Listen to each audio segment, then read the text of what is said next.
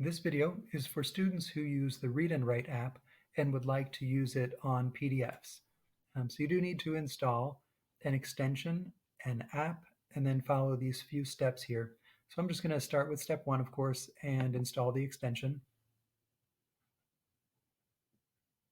Once this page loads, I'll just click on the Add to Chrome button and then follow whatever instructions it gives. So here, of course, I'm going to add extension.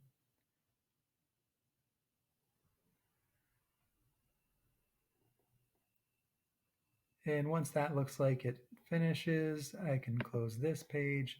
I'm going to go back to, I can actually close this one too and go back to my instructions. And number two, install the app. Same thing, I'm going to wait for the page to load and then click Add to Chrome. And again, it's asking me to confirm. So yes, I want to add app. And that one looks like it's finished. So again, I can close this tab. And back in the instructions, it says to refresh the page where the PDF link is. So I'm going to go to the PDF link and refresh that page. And then my last couple of instructions, I'm going to open the PDF and then I'm going to click allow anytime it asks me to do that.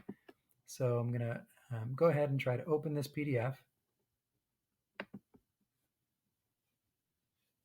And you can see it's opening with TextHelp PDF Reader, which is the right extension and app that I just installed.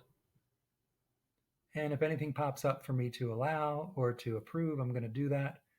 And then hopefully I'll be able to start using it.